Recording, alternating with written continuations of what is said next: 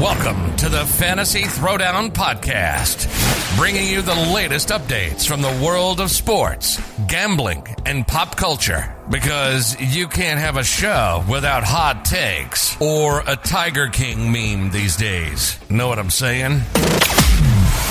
Now, with over 200 episodes and ready to get after it again, here's your host, Dwayne Callender. Hello and welcome to the show, folks. Gotta talk Super Bowl. Got a lot going on to cover with this one. Obviously, we touched upon part of this last week, but now with the game on hand, let's get into some of the prop bets that will be talked about, because I know many of you are still going to be having virtual Super Bowl parties and talking through with folks, so just kind of give the lay of the land of things to look out for as you're kind of settling things up. Obviously, you know, folks always want to bet on the coin flip. I mean, it's a coin flip. There's nothing scientific about it whatsoever. But you know, it is kind of what it is in terms of fan entertainment. Now, you know, there's many theories on the Gatorade colors that will permeate, whether it's going to be orange or yellow. But realistically, again, much like the coin flip, the Gatorade color is also one of those prop bets that you cannot put a finger on because realistically, they know it's bet on. So they randomize the entire sample ahead of time to make sure that you can't get a beat on what the color is going to be. So again, it's just completely just out there with randomness that you'll get the color right. So, you know, much like Super Bowl boxes, national anthem, Gatorade color, some of these prop bets, you know, you're just leaving it up to chance. So what are some of the props you should be looking for to take advantage of? And, you know, I definitely think there's certain aspects that you can take a look at with a score line of this being 56 total, and a lot of people kind of weighing in on the over between Kansas City and Tampa Bay. You know, with this game, it is very likely you're going to see a significant touchdown of length. So the longest touchdown prop, I've seen certain lines at books go for a score over 37.5 yards, 38 yards, you know, even as high as 39.5.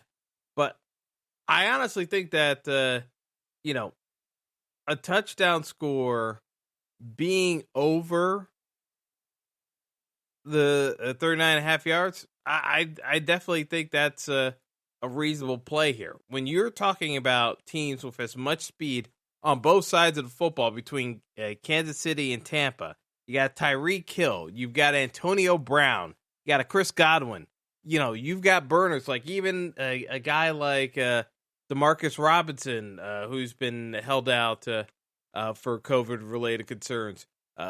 You know, Mecole Hardman, Scotty Miller on the Tampa side.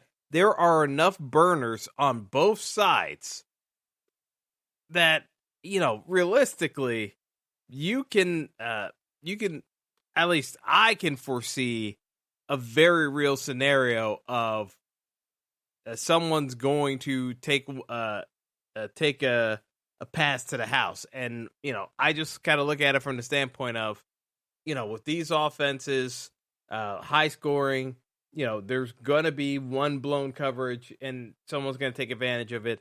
I think, you know, having a touchdown over 40 yards is a very, very reasonable expectation. Now, the over bet is minus 167.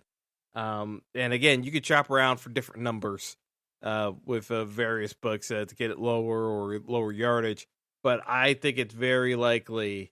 I think the line is a little bit under where it should be. I think this is one of those bets where realistically it probably should be closer to minus 250 at a minimum to minus 300 with a touchdown over 40 yards. So there's just too much speed on both sides of the football that I'm not even limiting it to just Kansas City. I think Tampa can catch KC's defense by surprise. You know, they are going to want to blitz Brady and get pressure.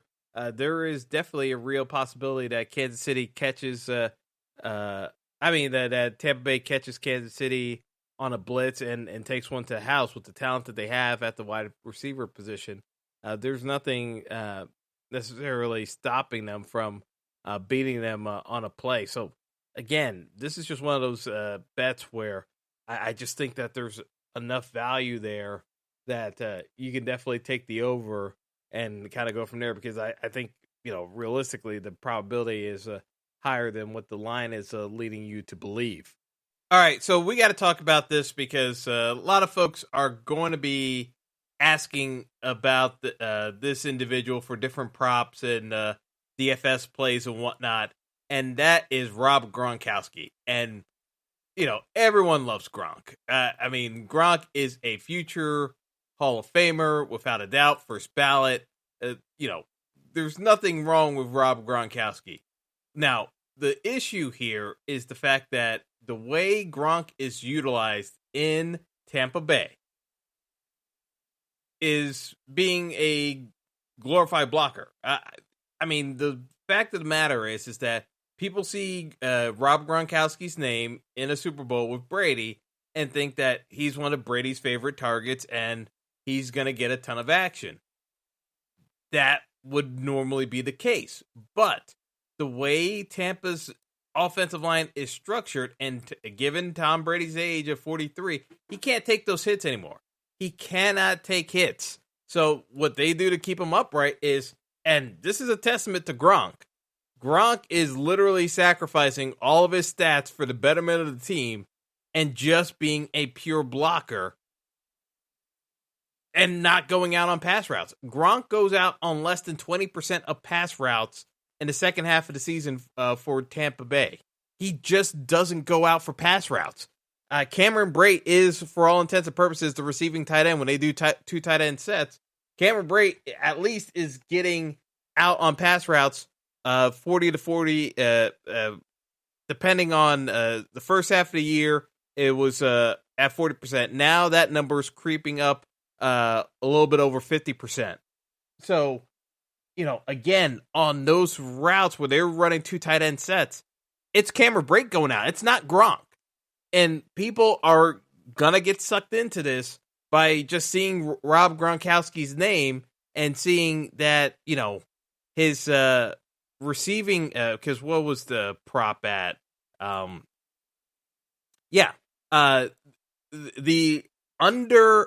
over-under line on Rob Gronkowski's receiving yards for the game is at 32.5 yards. And people are going to say, it's Gronk. What do you mean I should be not expecting Gronk to at least go over 32.5 yards? Folks are just going to have it in their heads. They've seen Gronk do this in Super Bowls and come up with great catches. But, you know, you got to look at it from the perspective of how he's being used. And that's the thing. You know, in terms of catches, Gronk really is not going to get that many opportunities to catch the ball. He might get some red zone targets, but if we're looking at the actual lines for how many catches Gronk is going to see, you know, we're looking at probably maybe two targets. That's about it. Like 3 max, but like that's realistically kind of where it is for Gronk. You know, at this stage, he's not going to get that many targets. So, you know, it kind of begs the question, you know, at 2.5 receptions, are you going over or under? And for me, I'm going under. You know, he just doesn't have that many opportunities to go out and catch passes unless, you know, we're in a blowout situation for the Chiefs and Tampa's playing from behind. Then you might actually see Gronk. So, like, if you're actually betting on Gronk from a prop perspective, you're actually hoping for more of a blowout from the Chiefs than an actual close game. Because if it's a close game, Gronk's going to be utilized more as a blocking tight end and not going out for pass routes. And that's the thing.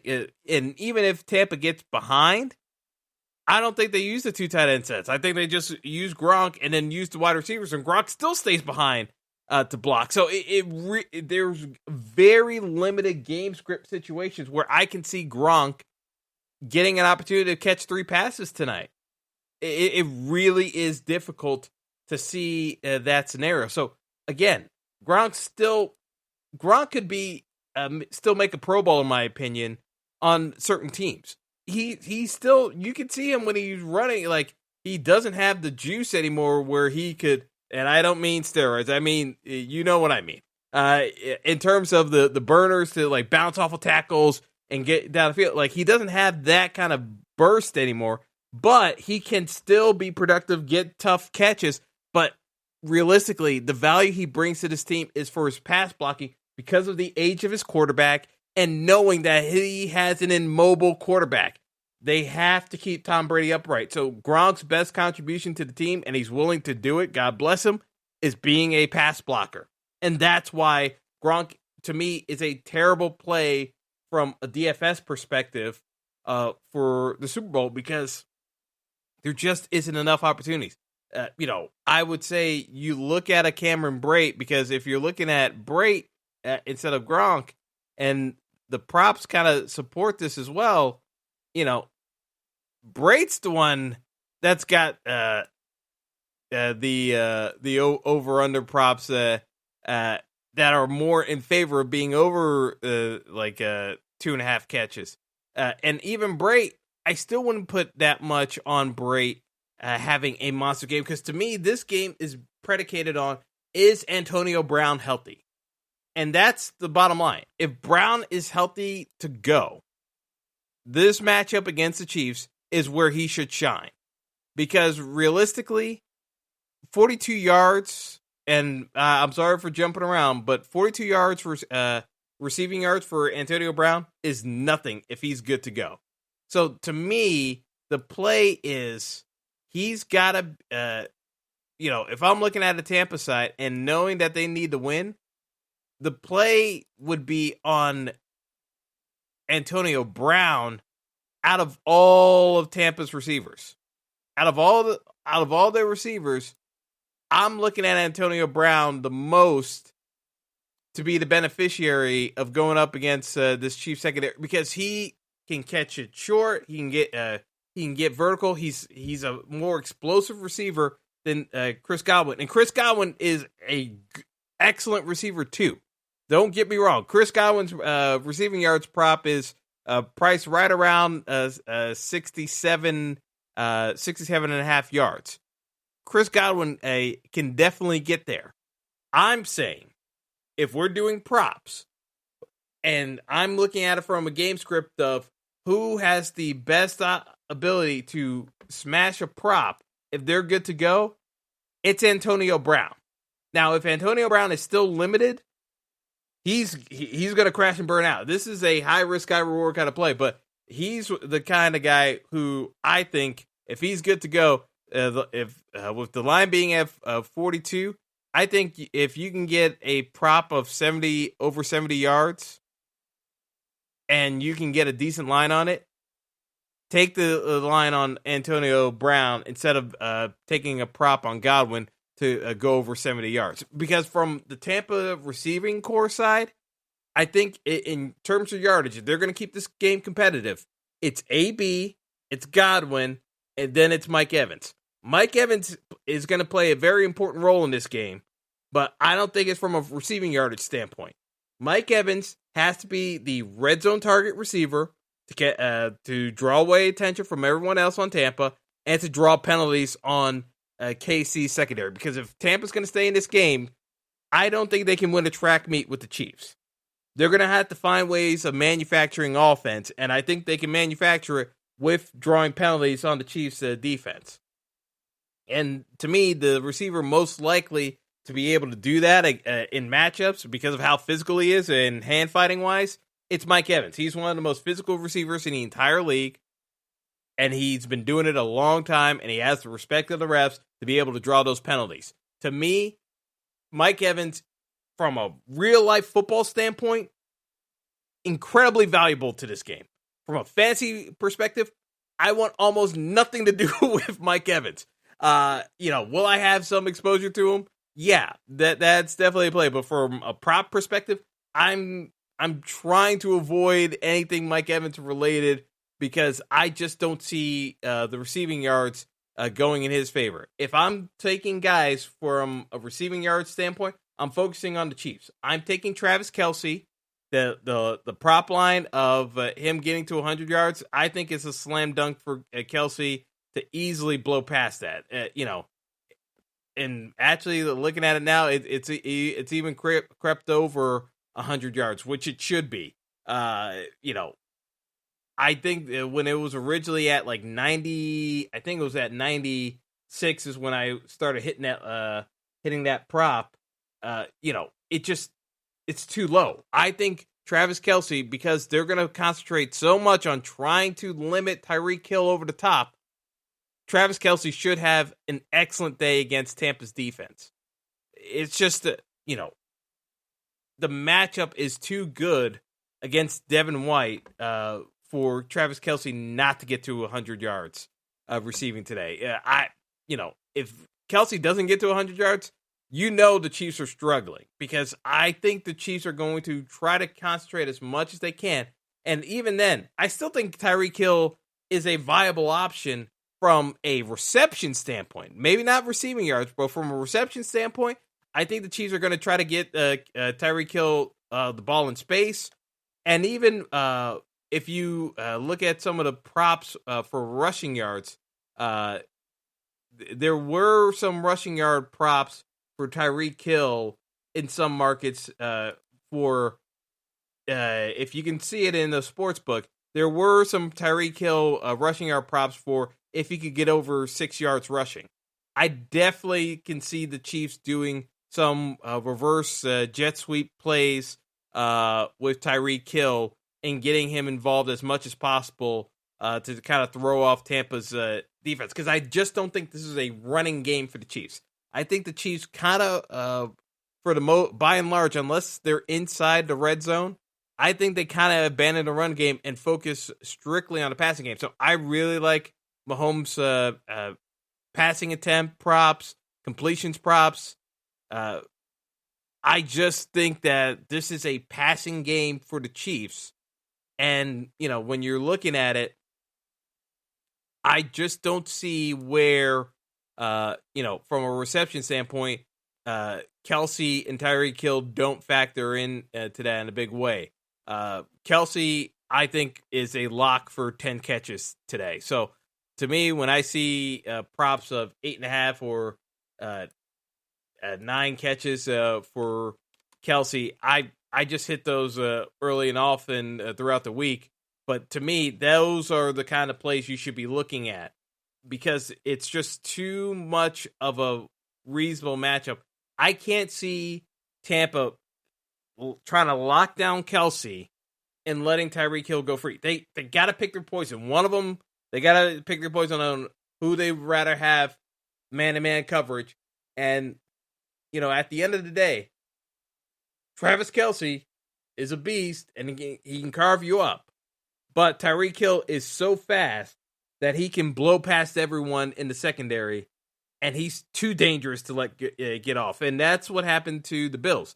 They, Kelce had his way with them in the first half. The Bills then decided, okay, we're going to switch it up and actually bring folks in and try to contain Kelce. And then Tyreek Hill went off in the second half. It's just too dangerous. And the game was over by then.